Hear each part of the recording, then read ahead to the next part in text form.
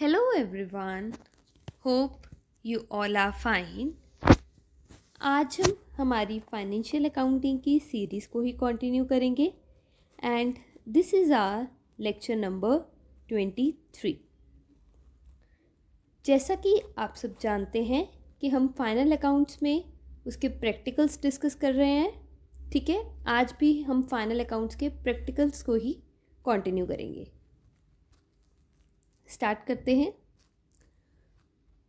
आज का हमारा फर्स्ट क्वेश्चन है, prepare the final accounts of Mittal and company from the trial balance for the year ended 31 December 2005।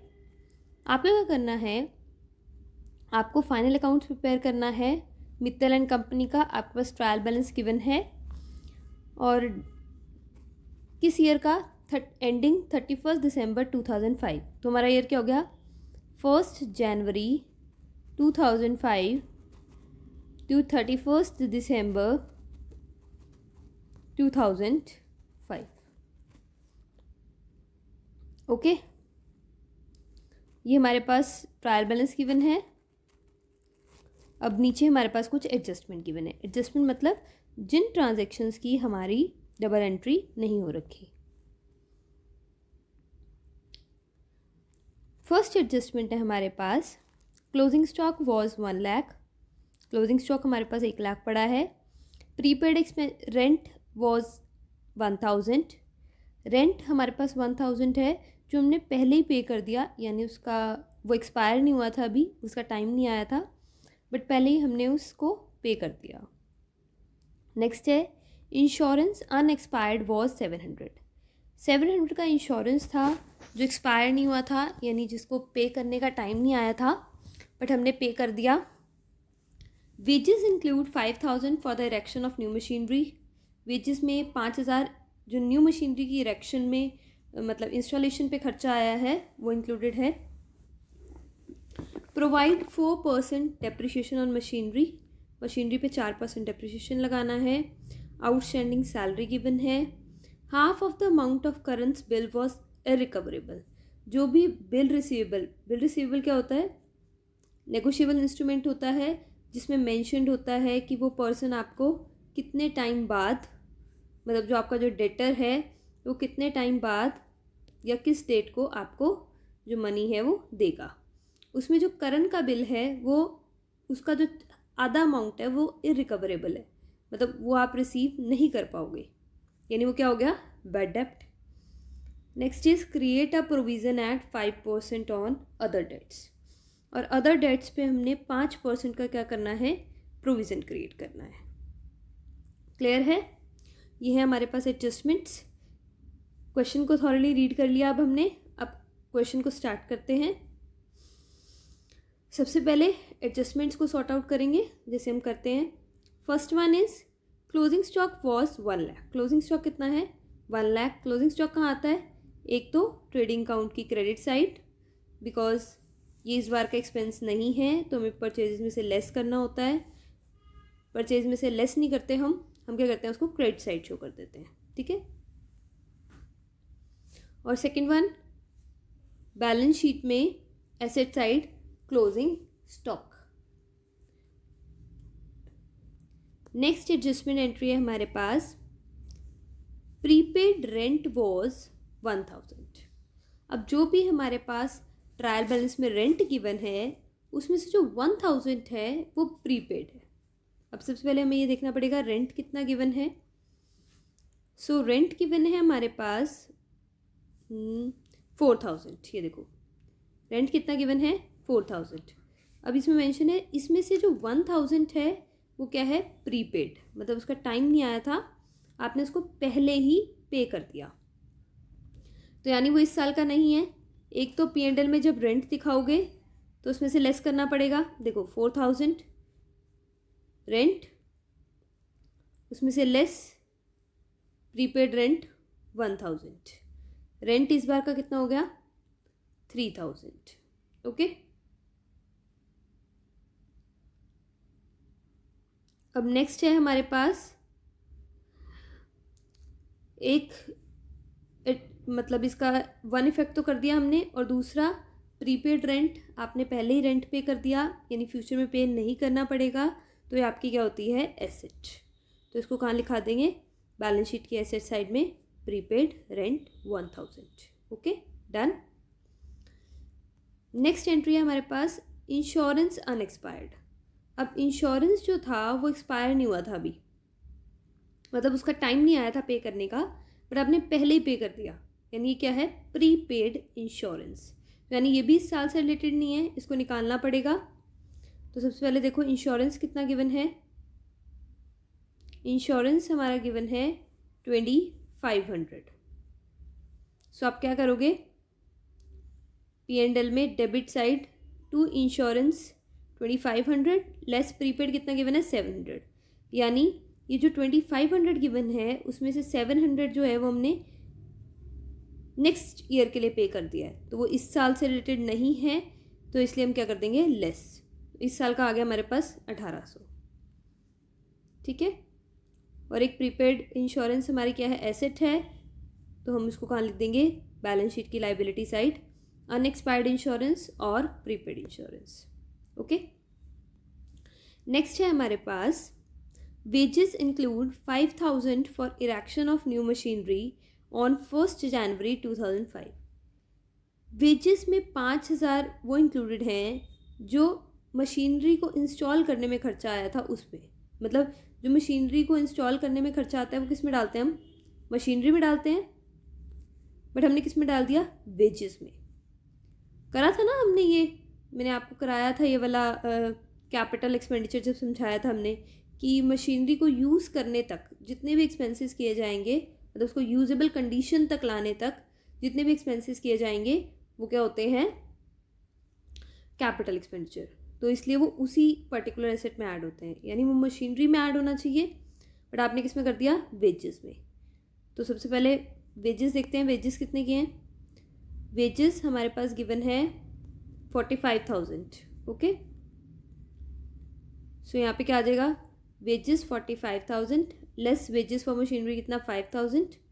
So wages कितनी होगी हमारी, 40,000, बिकॉज 5,000 तो मशीनरी वाला से रिलेटेड था, वो गलती से इसमें इंक्लूडेड था। और सेकेंड वन, मशीनरी में 5,000 डालना चाहिए तो डाल दो, मशीनरी गिवन है हमारी 40,000, उसमें ऐड कर देंगे wages for installation of machinery 5,000। Okay, तो मशीनरी की वैल्यू होगी 45,000। देखो मशीनरी गिवन थी हमारे पास 40,000, ठीक है, डबल इफेक्ट्स हो गए। नेक्स्ट है provide depreciation on machinery, machinery पे डेप्रिशिएशन लगाना है, तो देखो अब डेप्रिशिएशन किस पे लगेगा, 40,000 पे या 45,000 पे, ऑब्वियसली जब मशीनरी 45,000 की है तो डेप्रिशिएशन भी इसी पे लगेगा, बिकॉज जो इंस्टॉलेशन चार्जेस है वो भी हम मशीनरी में ही डालते हैं। ओके, तो डेप्रिशिएशन कितना गिवन है हमारे पास, हमें निकालना है डेप्रिशिएशन 4%, तो 4% डेप्रिशिएशन निकाल लेंगे जो आएगा 1800। सो 45,000 माइनस 1800 कितना हो जाएगा, 43,200। ओके, और सेकेंड वन डेप्रिशिएशन हमारा लॉस है, तो कहाँ आ जाएगा, P&L की debit side to depreciation on machinery, ठीक है, कितना 1800, क्योंकि हमने वहाँ पे कैलकुलेट किया था ना। अब ये ध्यान रखना कि 40,000 पे नहीं लगेगा, 45,000 पे लगेगा, बिकॉज मशीनरी की वैल्यू कितनी है, 45,000, वो तो 5,000 गलती से हमने उधर डाल दिया था वेजेस में, ठीक है। नेक्स्ट है आउटस्टैंडिंग सैलरी, आउटस्टैंडिंग सैलरी मतलब वो सैलरी जो इस बार बनती थी देनी बट आपने दी नहीं, यानी इसी साल से रिलेटेड है तो उसे दिखाना पड़ेगा, यानी ये क्या हो जाएगी, ऐड हो जाएगी। सैलरी देखो कितनी गिवन है, सैलरी गिवन है 20,000, तो 20,000 में हम ऐड कर देंगे कितना, 2,000, एक तो ये हो जाएगा, टू सैलरी 20,000 और add outstanding salary 2,000, total salary कितनी होगी 22,000। और सेकेंड वन आउटस्टैंडिंग सैलरी पे करनी है तो क्या है, लाइबिलिटी है, तो बैलेंस शीट की liability side outstanding salary. Next entry is half the amount of Karan's bill was irrecoverable। करण का जितना भी बिल है उसका जो हाफ अमाउंट है वो इरिकवरेबल है, यानी आप उसे फ्यूचर में रिकवर नहीं कर सकते, यानी वो आपके लिए क्या हो गए, बैड डेट्स। ओके, सबसे पहले अब देखना पड़ेगा कि करण का कितना अमाउंट कितना है बिल का। तो हमारे पास डेटर्स गिवन है और उसके ब्रैकेट में गिवन है including Karan for dishonoured bill of 2000। करण का बिल था 2000 का, वो इसमें इंक्लूडेड है। और हमें क्या गिवन है कि जो उसका हाफ अमाउंट है वो रिकवरेबल है, यानी 2000 का हाफ कितना हो जाएगा, 1000, यानी 1000 हमारे क्या हो गए, बैड डेट्स। और जैसे ही हमने करा है कि जैसे ही हमारे पास बैड डेट्स की एंट्री आएगी तो हम सभी प्रोविजंस रिलेटिंग टू मतलब हर चीज़ को कवर कर देंगे, डेटर्स को, प्रोविज़न को, सबको एक साथ करते हैं, है ना, यानी कुछ स्टेप्स को फॉलो करते हैं। फर्स्ट क्या रहता है हमारे पास, सबसे पहले हम देखते हैं कि क्या ट्रायल बैलेंस में कोई बैड डेट्स गिवन है। तो यस, हमारे पास ट्रायल बैलेंस में बैड डेट्स गिवन है इस क्वेश्चन में। तो सबसे पहले उसे हम P&L में डेबिट साइड शो कर देते हैं, to bad debts 5000। Okay, second one हम ये देखते हैं कि क्या कोई फर्दर बैड डेट्स हैं, यानी क्या कोई बैड डेट्स एडजस्टमेंट में गिवन है। तो अभी हमने किया कि करण का बिल जो हाफ अमाउंट है वो हमारे बैड डेट्स हैं, वो एडजस्टमेंट में गिवन थे, ठीक है, तो वो क्या हो गए हमारे फर्दर बैड डेट्स। तो इसका अब एडजस्टमेंट में गिवन है तो दो इम्पैक्ट्स होंगे, एक तो P&L में आप इसी बैड डेट्स में ऐड कर दोगे, मतलब जो हमारे पुराने बैड डेट्स हैं उसमें ये और ऐड कर दोगे, और नुकसान हो गया 1000 का। और सेकेंड वन, डेटर्स रिड्यूस हो गए तो डेटर्स में से 1000 को लेस कर दोगे। ओके, क्लियर है। नेक्स्ट हम देखते हैं कि क्या कोई प्रोविज़न तो नहीं मेंटेन करना, कि क्या एडजस्टमेंट में ये मेंशन्ड है कि कोई प्रोविज़न क्रिएट करना है। सो यस, हमारे पास एंट्री गिवन है, create a provision at 5% on other debts. अब ध्यान यहाँ पे कुछ अलग है, ध्यान से सुनना, create a provision at 5% other debts. आपको प्रोविज़न क्रिएट करना है कितना, 5%। किस पे, अदर डेट्स पे। अदर डेट्स मतलब debts other than current bill, करण के बिल को छोड़ के जो डेटर्स हमारे पास बचते हैं हमें उस पे प्रोविज़न क्रिएट करना है। तो डेटर्स कितने हैं हमारे, 71,000, ठीक है, उसमें से 1000 तो करण का वही है जो बैड डेट्स हैं, जो रिकवरी नहीं हो रहा, और 1000 और है करण का, यानी इन टोटलिटी करण का जो बिल है वो कितने का है, 2000 का है।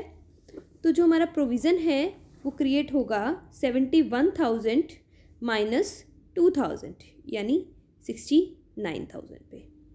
बिकॉज क्वेश्चन में हमारे पास गिवन है कि आपको प्रोविज़न क्रिएट करना है other debts. Other debts means other than current bill. Okay, so provision कितना हो जाएगा हमारा, 69,000 इंटू क्या परसेंटेज गिवन है हमारे पास, परसेंटेज है हमारे पास 5%। सो 69,000 का 5% कितना हो जाएगा, 3450। Okay, done. और न्यू प्रोविज़न एक तो हमने फाइंड आउट कर लिया, एक तो हम डेटर्स में से लेस कर देंगे, और सेकेंड वन हम क्या करते हैं, P&L की डेबिट साइड शो करते हैं। और कैसे करते हैं, जो बैड डेट्स होते हैं और जो फर्दर बैड डेट्स होते हैं उसी में उसको ऐड ऑन कर देते हैं, ठीक है। बैड डेट्स की एंट्री की बात करें तो नेक्स्टली हम ये चेक करते हैं कि क्या कोई प्रोविज़न तो नहीं गिवन क्वेश्चन में। तो इस क्वेश्चन में हमारे पास कोई भी प्रोविज़न नहीं गिवन, और ना ही कोई हमें provision for discount on debtors बनाना है। तो मतलब डेटर से रिलेटेड जितनी भी हमारी ट्रांजेक्शन्स थी वो हमने कंप्लीट कर ली, मतलब उनकी सेटलमेंट हमने कर ली। ओके बच्चे, तो हमारी एडजस्टमेंट्स होगी कंप्लीट। जैसे ही हम एडजस्टमेंट कंप्लीट कर लेंगे तो एक एडजस्टमेंट कराई थी मैंने आपको, इम्प्लाइड इंटरेस्ट। इम्प्लाइड इंटरेस्ट जो होता है वो छुपा हुआ होता है, ठीक है, तो हमें फाइंड करना होता है। तो जो भी क्वेश्चन, जब भी आप एडजस्टमेंट्स कंप्लीट कर लो तो पहले आप क्वेश्चन में ये देख लोगे कि ट्रायल बैलेंस में कोई लोन या कोई ऐसी आइटम तो नहीं गिवन जिसके आगे परसेंटेज गिवन हो, ठीक है, क्योंकि इस एडजस्टमेंट की यही पहचान है कि उसके आगे परसेंटेज गिवन होती है। तो इसमें हमारे पास ना है, हमारे पास एक आइटम है लोन एट 12%, तो अब एडजस्टमेंट करने के बाद हम पहले इसको सॉर्ट आउट करेंगे। तो हमारे पास है लोन एट 12% ऑन 1 अप्रैल 2005। आपने लोन लिया कितना, 12%, किस पे, 1 अप्रैल 2005 पे। ओके, तो हमें पहले तो देखना पड़ेगा इंटरेस्ट बनता कितना है। 1 अप्रैल 2005 आप कब तक बना रहे हो, ये जो हम फाइनल अकाउंट्स बना रहे हो कब तक बना रहे हैं, 31 दिसंबर। तो इंटरेस्ट कब तक का इस साल से रिलेटेड हुआ,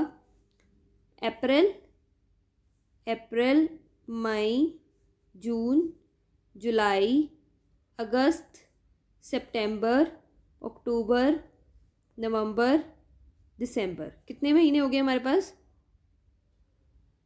9 मंथ्स। ठीक है, तो 9 मंथ्स का हमारे पास इंटरेस्ट बनेगा लोन पे। तो लोन कितने का है हमारा, 50,000, उस पर कितना परसेंट है, 12%, जो कि हो जाएगा 6,000। और फिर हमें चाहिए 9 मंथ्स का, तो कितना हो जाएगा 4,500। तो क्या होगा, देखो 50,000 का आप करोगे 12%, ये आ जाएगा हमारे पास 6,000।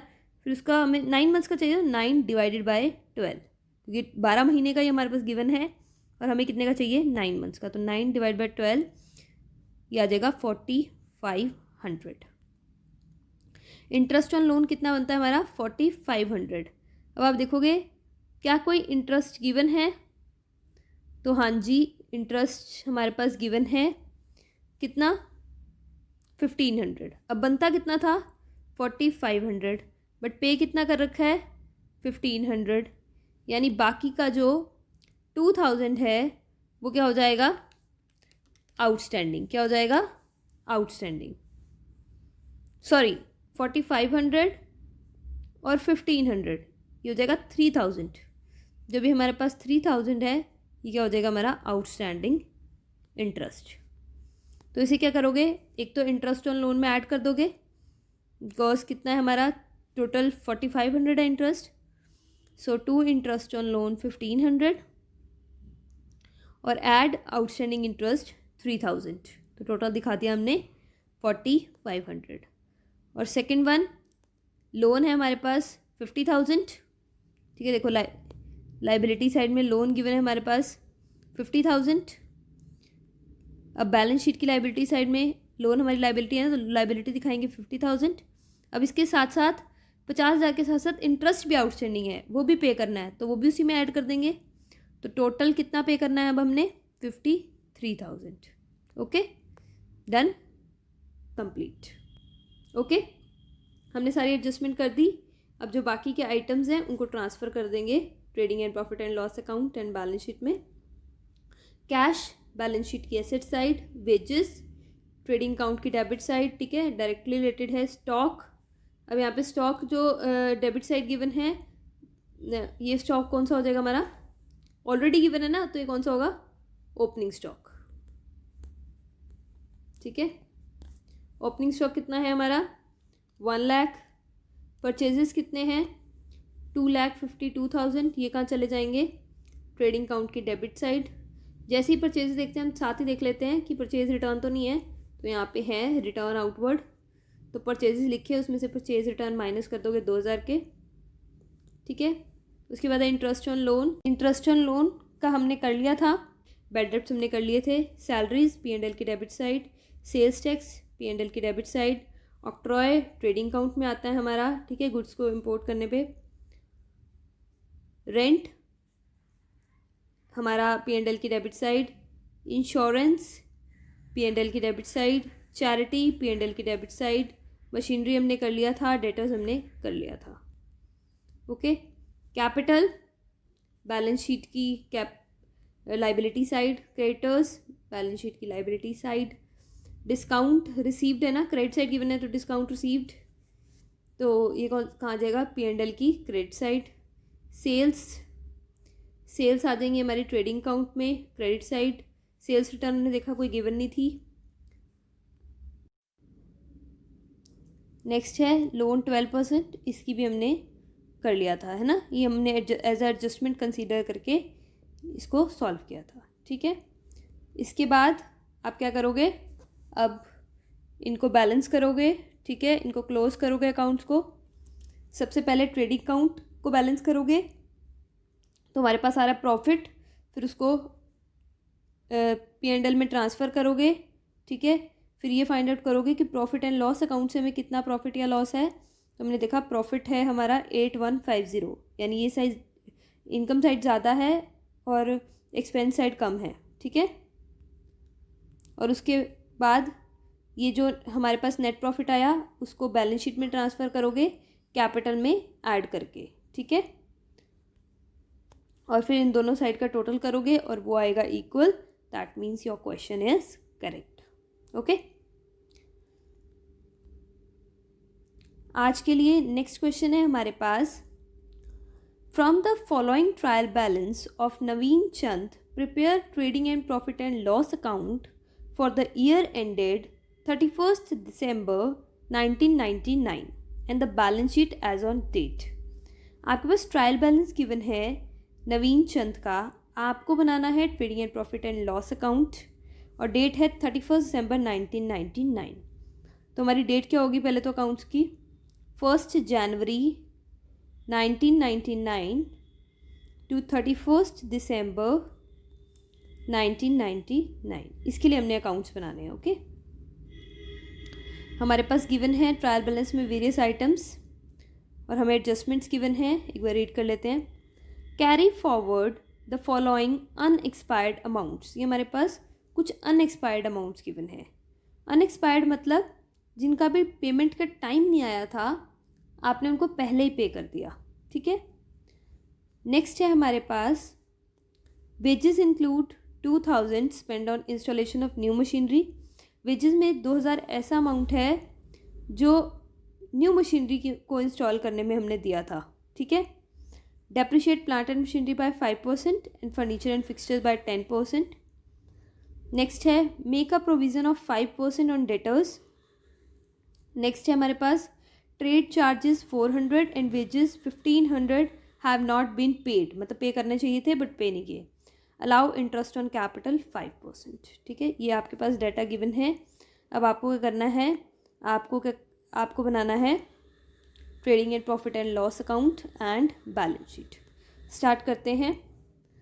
सबसे पहले फर्स्ट एडजस्टमेंट है हमारे पास carry forward the following unexpired amounts. अभी अनएक्सपायर्ड अमाउंट्स को कैरी फॉरवर्ड करो, यानी अभी इसको अगले साल में लेके जाओ बेसिकली, ठीक है। क्योंकि ये इस साल से रिलेटेड नहीं है, ये हमने पहले ही पे कर दिए हैं, ये इस साल में एक्सपायर नहीं हुए। तो पहला तो है फायर इंश्योरेंस। तो फायर इंश्योरेंस को देखते हैं पहले। फायर इंश्योरेंस कितना गिवन है? फायर इंश्योरेंस हमारा गिवन है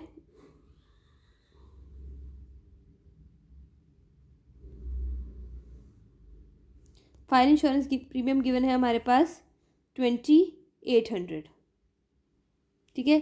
फायर इंश्योरेंस प्रीमियम 2800 है और अनएक्सपायर्ड कितना है 700। तो यहाँ पे देखो to fire insurance premium 2800 minus prepaid fire insurance 700, तो इस साल का कितना हो गया 2100। और सेकेंड वन प्रीपेड पहले पे कर दिया तो हमारी क्या है एसेट है, तो prepaid fire insurance 700। Okay, next है रेंट्स एंड टैक्सेस। रेंट्स और टैक्सेस में भी 2000 जो है वो अनएक्सपायर्ड है। सबसे पहले देखो रेंट्स एंड टैक्सेस हमारे हैं कितने, रेंट्स और टैक्सेस हैं हमारे 8000, ठीक है। तो उसमें से हमें लेस करना पड़ेगा कितना 2000।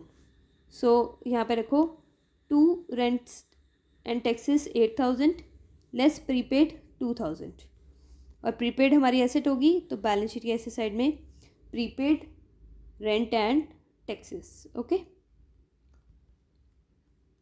नेक्स्ट है अप्रेंटाइज प्रीमियम 2500।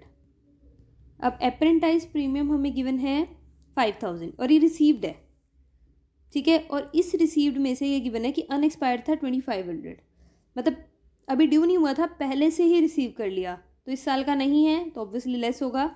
तो अप्रेंटाइज प्रीमियम 5000 और लेस अनअर्नड प्रीमियम 2500, तो इस साल का हो गया 2500 ये अनएक्सपायर्ड है यानी अनअर्नड है, अभी इसके लिए काम नहीं किया, रिसीव पहले कर लिया, तो ये हमारी लाइबिलिटी है।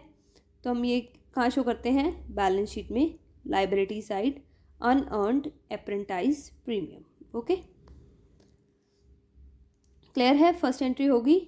नेक्स्ट है wages include 2000 spent on installation of new machinery. Wages में 2000 ऐसा है जो हमने इंस्टॉलेशन के लिए यूज़ किया था मशीनरी के। तो जैसे हमने पीछे बात करी कि वो मशीनरी में जाना चाहिए, बट वो वेजेस में गया हुआ है, तो वेजेस में से निकाल लो और मशीनरी में डाल दो। कितना? 2000। वेजेस हमारी हैं, वेजेस हमारे पास गिवन है 27,700। तो इसमें से लेस कर देंगे हम कितना? 2000।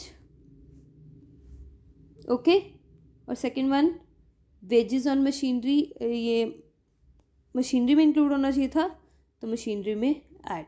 ओके, तो वेजेस में से निकाल के मशीनरी में डाल दिया। नेक्स्ट है हमारे पास depreciate plant and machinery 5% and furniture and fixtures 10%। Plant and machinery और फर्नीचर और फिक्सचर्स को हमने डेप्रिशिएट करना है।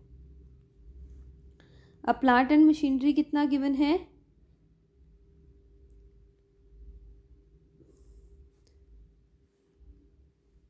प्लांट एंड मशीनरी हमारे पास गिवन है 2,30,000। Okay, so plant and machinery हो गया 2,30,000। डेप्रिशिएशन कितना लगाना है हमने? 5%।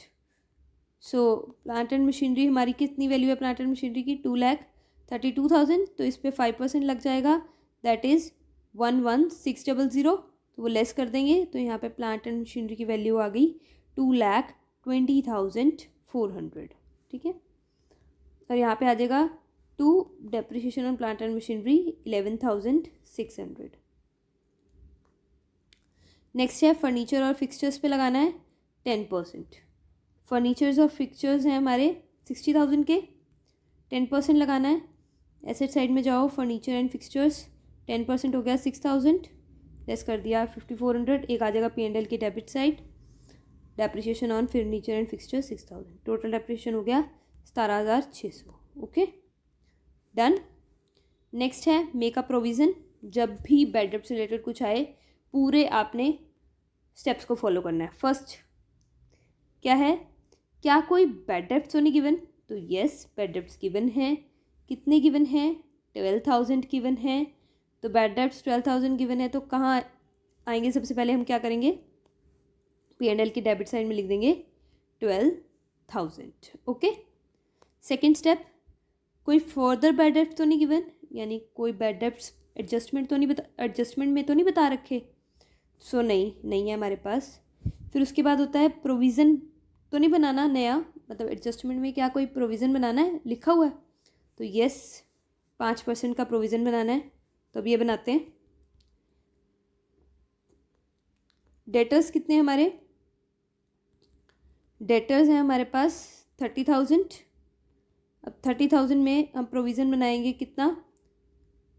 प्रोविज़न कितना % बनाना है हमने? 5%।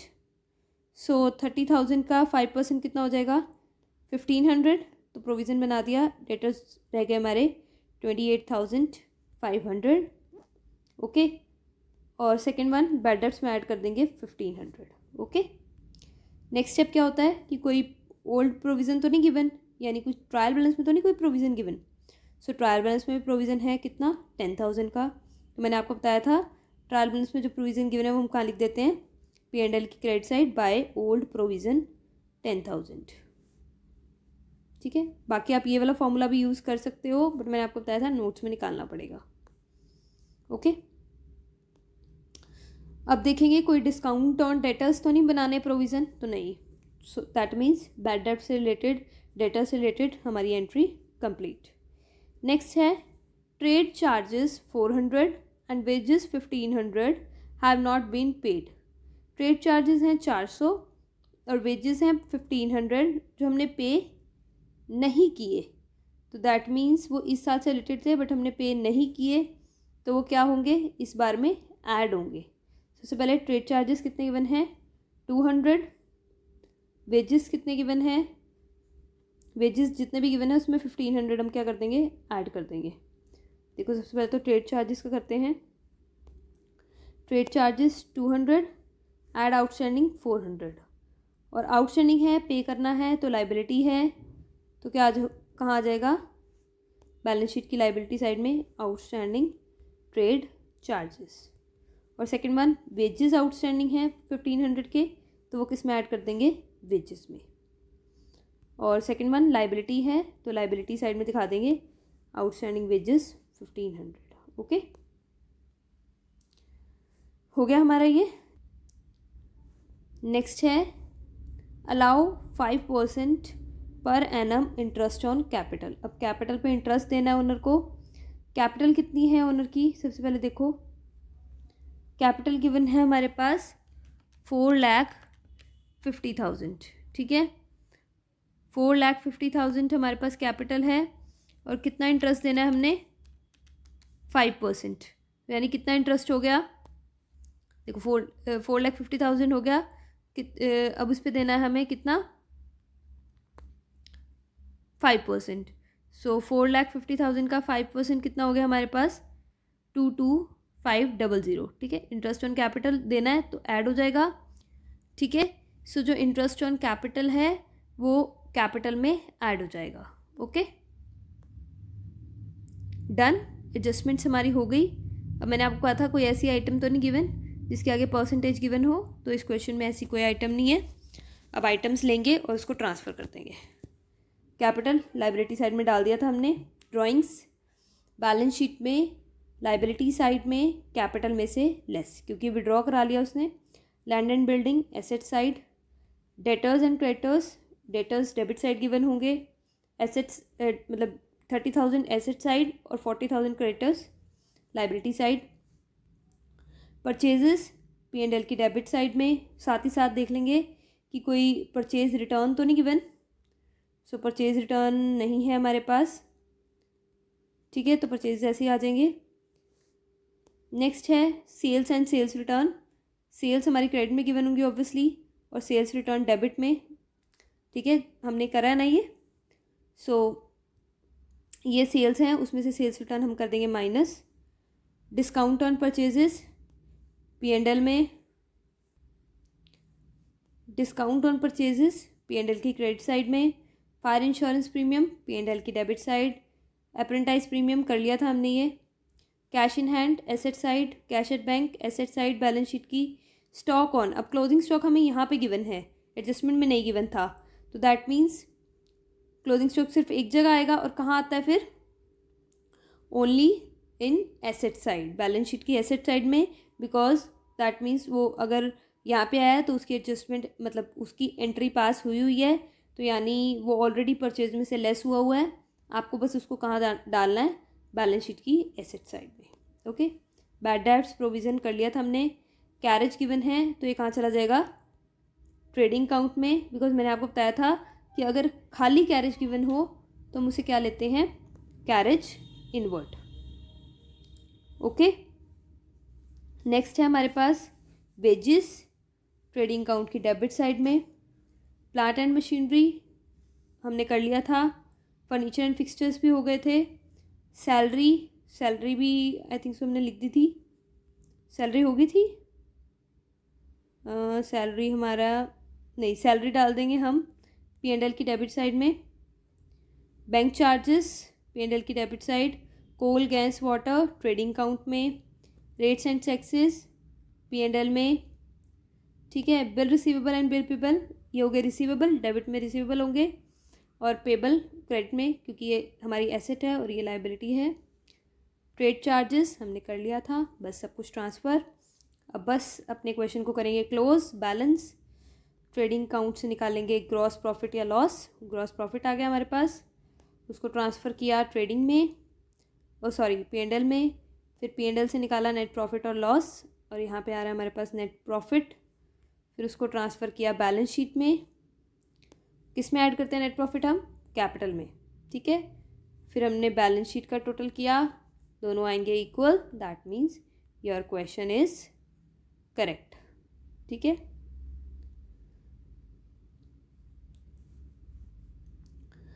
आज के लिए बस इतना ही। आपको ये लेक्चर कैसा लगा मुझे कमेंट करके ज़रूर बताएं। आपके अगर कोई क्वेरी हो तो वो भी आप मुझे कमेंट कर सकते हैं। Thank you so much for your attention. Don't forget to like, subscribe and press the bell icon. Have a nice day.